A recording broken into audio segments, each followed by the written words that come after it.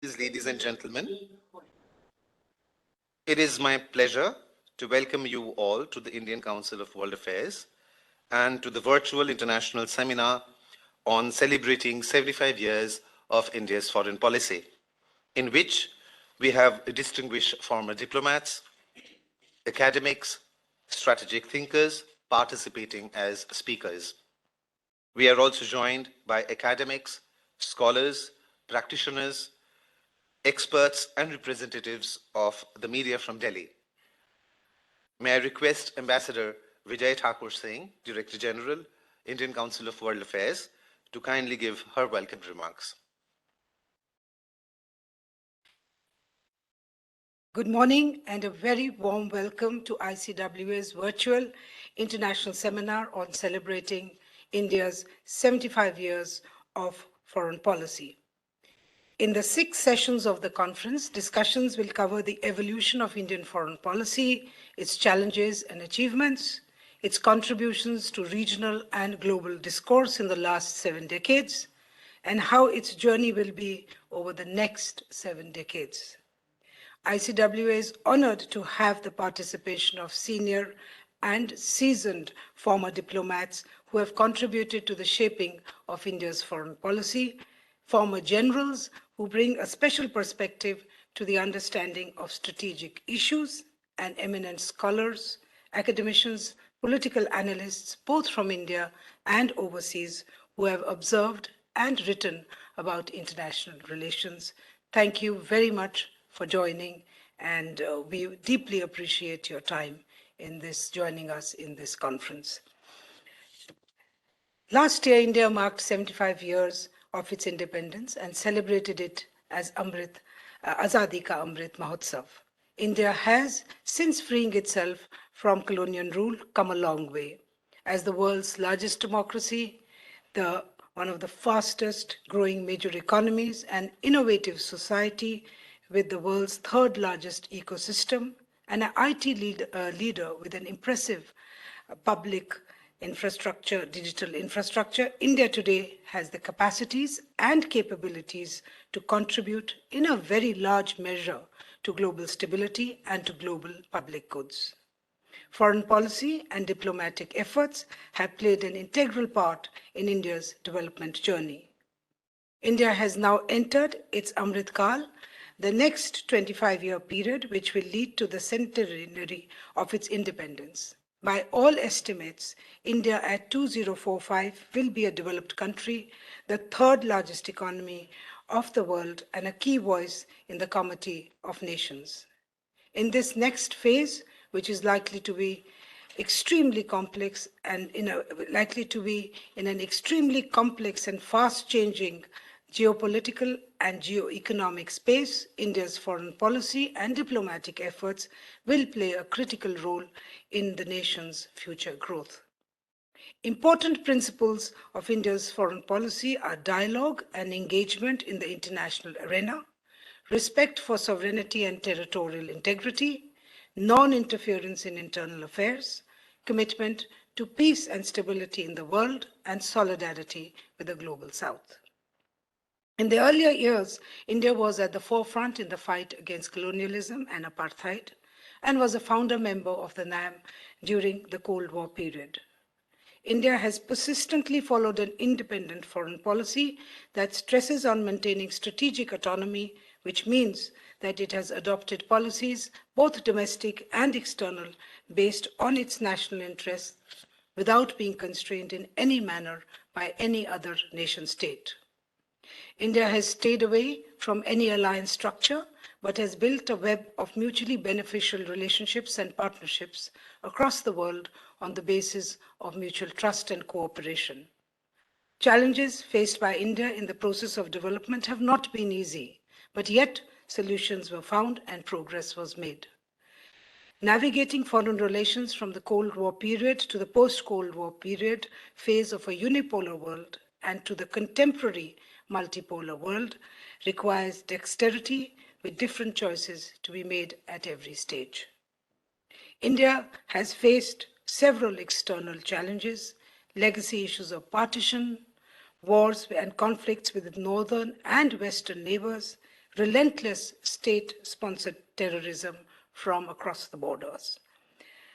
When India conducted its nuclear test, Pokhran 2, there was a strong backlash from many countries. But today, India is accepted as a responsible nuclear power. It is a member of MTCR, Australia Group, and Vasenar Group. India's membership to the Nuclear Suppliers Group has been kept pending for nearly 7 years, more due to political considerations rather than its credentials. But India looks forward to joining this group. In 1991, India faced deep economic crisis. It led to a process of liberalization and opening of the economy. There was increasing emphasis on economic and commercial diplomacy to support India's domestic growth. India was successful in addressing its economic difficulties, as is evident in that it was included in the G20 group of finance ministers and central banks governors when the Asian financial crisis took place in 1997-1998. Thereafter, it was under the shadow of the 2008 international financial and banking crisis that the first G20 summit took place. Today, with a global economy in a crisis, faced with volatility, uncertainty, and instability, the role of G20 assumes greater importance. This year, India will be the chair of G20. India's G20 priorities will be shaped in consultation not only with its G20 partners, but also with the Global South. The Voice of the Global South Summit was recently convened, in which 125 countries participated. It was convened by India to better understand the aspirations of developing countries. This is for the first time that the G20 presidency undertook such an exercise. India is a member of groupings like G20, SCO, BRICS, Commonwealth, etc. As chair of SCO this year, the conversation in this body will be important to understand the perspectives of the East and for India to even act as a bridge between the East and the West as their differences widen. In addition, India is increasingly engaging in group formats with ASEAN, Central Asia, BIMSTEC, Africa, European Union, Nordic countries, CELAC, Pacific Islands, Caribbean countries. So it's a broad range of engagements that India has developed. Newer partnerships like Quad, IPEF, I2U2 have taken shape, adding to the scope and possibilities of collaboration with many more member countries of the partnership. India's first foreign policy priority is the neighborhood first policy, followed by Act East, extended neighborhood in Central Asia and beyond, Think West, which has deepened tie with Gulf countries, and with the Arab countries. In fact, we have President Al-Sisi of Egypt, who will be the chief guest at our Republic Day celebrations this year.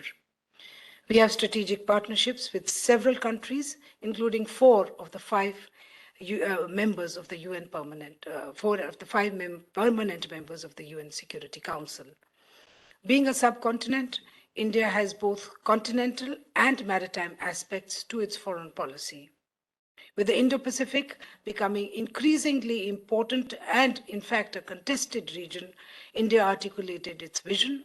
And in 2019, Prime Minister Modi proposed the Indo-Pacific Oceans Initiative, which outlines India's collaborative efforts to better manage, conserve, and sustain the maritime domain with practical cooperation on 7 pillars. IPOI allows India to engage with its Indo-Pacific partners, whether bilaterally or on a plurilateral basis and on multilateral platforms. A safe, secure maritime domain, free and open sea lanes of communication, and a rule-based order is critical for nations like India, which are dependent on these oceans for their trade flows and economic growth. In the Indian Ocean region, India has been a net security provider and the first responder, working closely with the Indian Ocean countries on anti-piracy patrols, pollution control, maritime research and rescue operation, Hadar, etc. India has been setting the narrative and bringing a positive agenda to the table.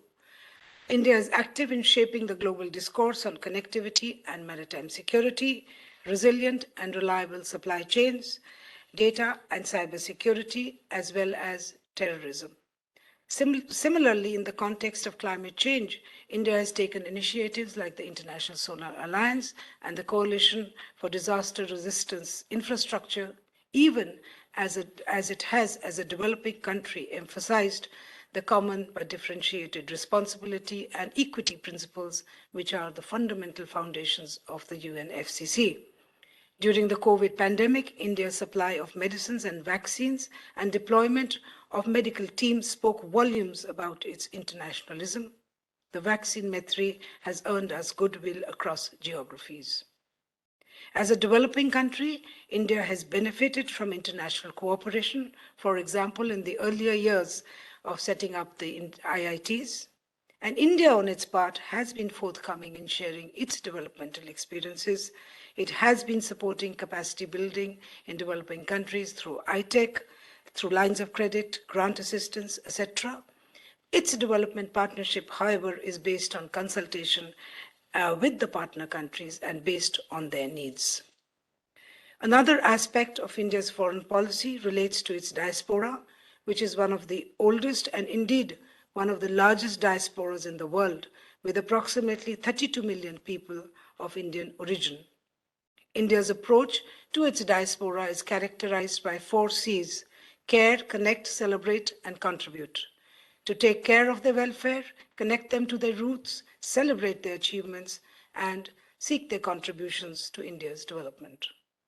India's foreign policy is addressing issues impacting its citizens more effectively and with speed, from passport delivery to evacuation of its citizens, most recently during COVID from across the world, and during the troubles in Afghanistan from Afghanistan. It is today concluding migration and mobility partnerships with many other countries and addressing the educational needs of its students. All these have become a focus of India's foreign policy. Today, the world is still crippling with the impact of COVID-19 pandemic, as well as fears of inflation, public debt, and recession. Strategic contestation among global powers has sharpened.